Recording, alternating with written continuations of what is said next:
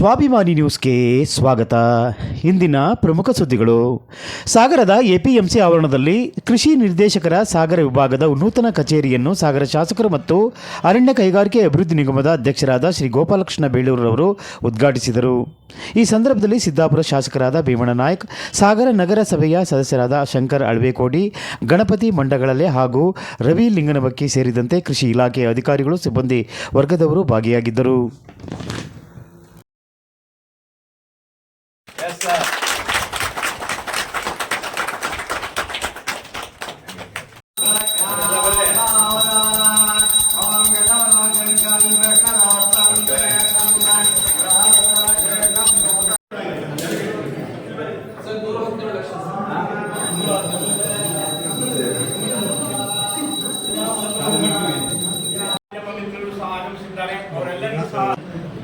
ನಡೆಸ್ತಾ ಇದ್ರು.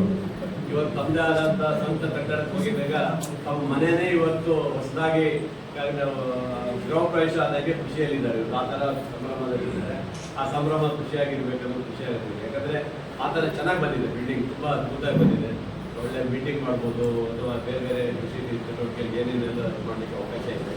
ನನಗೆ ಒಂದು ರೈತರಿಗೆ ಮಾಹಿತಿ ಕೊಡುವಂಥ ಚಟುವಟಿಕೆಗಳು ಕೊಡುವಂಥ ಕೇಂದ್ರ ಇದಾಗಿರೋದ್ರಿಂದ ಹೆಚ್ಚೆಚ್ಚು ಒತ್ತನ್ನು ರೈತರ ಪರವಾಗಿ ಕೊಡಿ.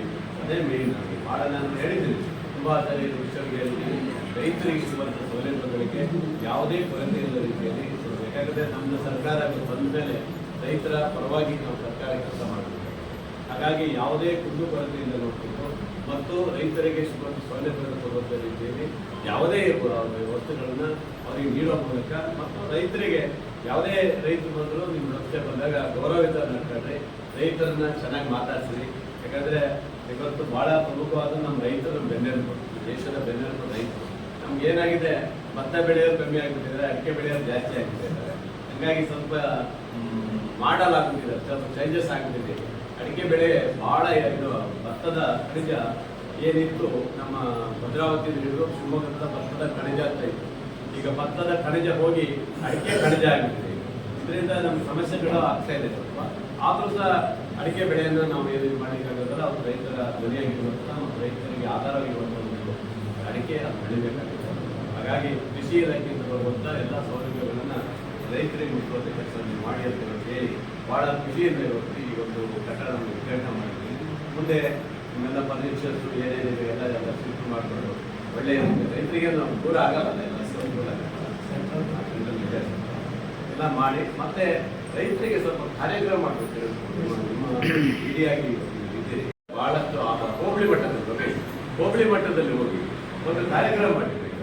ಏನಂತ ಹೇಳಿದ್ರೆ ರೈತರಿಗೆ ಹೋಗಿ ಕಾರ್ಯಕ್ರಮ ಮಾಡಿ ಏನೇನು ಸಿಗುತ್ತೆ, ಕೃಷಿ ಇಲಾಖೆಯಿಂದ ಏನೇನು ಬರುತ್ತೆ, ಏನೇನು ಸಿಗುತ್ತೆ, ಏನು ಆಗ್ಬೋದು, ಮತ್ತೆ ರೈತರಿಗೆ ಏನೇನು ಔಷಧಿ ಹೊಡಿಬೇಕನ್ನೋದೆಲ್ಲ ಇರುತ್ತದೆ, ಎಲ್ಲ ಮಾಹಿತಿ ಕೊಡ್ತಾರೆ. ಆ ಬಹಳಷ್ಟು ಜನರು ರೈತರಾಗ್ತದೆ. ಕೆಲವೊಂದು ರೈತರು ನೋಡಿದ್ದೀನಿ, ಯಾವುದೋ ಔಷಧಿ ಹೊಡೆಯಕ್ಕೆ ಹೋಗಿ ಹೊಡೆಯಲ್ಲ, ಇದು ರೋಡ ಔಷಧಿ ಹೊಡೆದು ಭತ್ತನೇ ತಕ್ಕೊಂಡಿದ್ದಾರೆ, ಹೊಡೆದು ಭತ್ತನೇ ತಕ್ಕೊಂಡಿದ್ದಾರೆ. ಪಾಪ ಅವ್ರು ಗೊತ್ತಾಗಲ್ಲ. ಅದಕ್ಕೆ ಕಾರ್ಯಕ್ರಮ ಮಾಡಿದ್ರೆ ಪಾಪ ಆ ಮುಗ್ಧ ರೈತರಿಗೆ ಸ್ವಲ್ಪ ಗೊತ್ತಾಗುತ್ತೆ, ಏನು ಹೊಡಿಬೋದು ಏನು ಅಂತ ಗೊತ್ತಾಗುತ್ತೆ. ಯಾಕಂದ್ರೆ ಬೆಳೆದಂತ ಭತ್ತಕ್ಕೆ ಒಂದ್ಸಲ ಕೊಳೆ ರೋಗ ಹೊಡೆದು ನಾವು ಜೀವನ ಹಾಳ್ಕೊಡ್ತಾರೆ. ಅದರಿಂದ ರೈತ ಸ್ವಲ್ಪ ಆತ್ಮಹತ್ಯೆ ಮಾಡ್ಕೊಂಡ್ಬಿಡ್ತಾರೆ. ಇವೆಲ್ಲ ಆಗ್ಬಾರ್ದು. ರೈತ ಆತ್ಮಹತ್ಯೆ ಮಾಡ್ಕೋಬಾರ್ದಂತಿದ್ರೆ ರೈತರ ಪರವಾಗಿ ದುಡಿಯಿರುವಂಥ ಕೃಷಿ ಇಲಾಖೆಗಳು ಅವಾಗ ಕಾರ್ಯಕ್ರಮವನ್ನು ಮಾಡಿ ಒಳ್ಳೆಯ ರೀತಿಯಲ್ಲಿ ಕೆಲಸ ಮಾಡ್ಕೊಂಡು ಹೋಗಿ ಒಳ್ಳೆಯದಾಗಲಿ. ಭಾಳ ಖುಷಿ ಆಯ್ತು ನನಗೆ ಈ ಒಂದು ಕಟ್ಟಡ.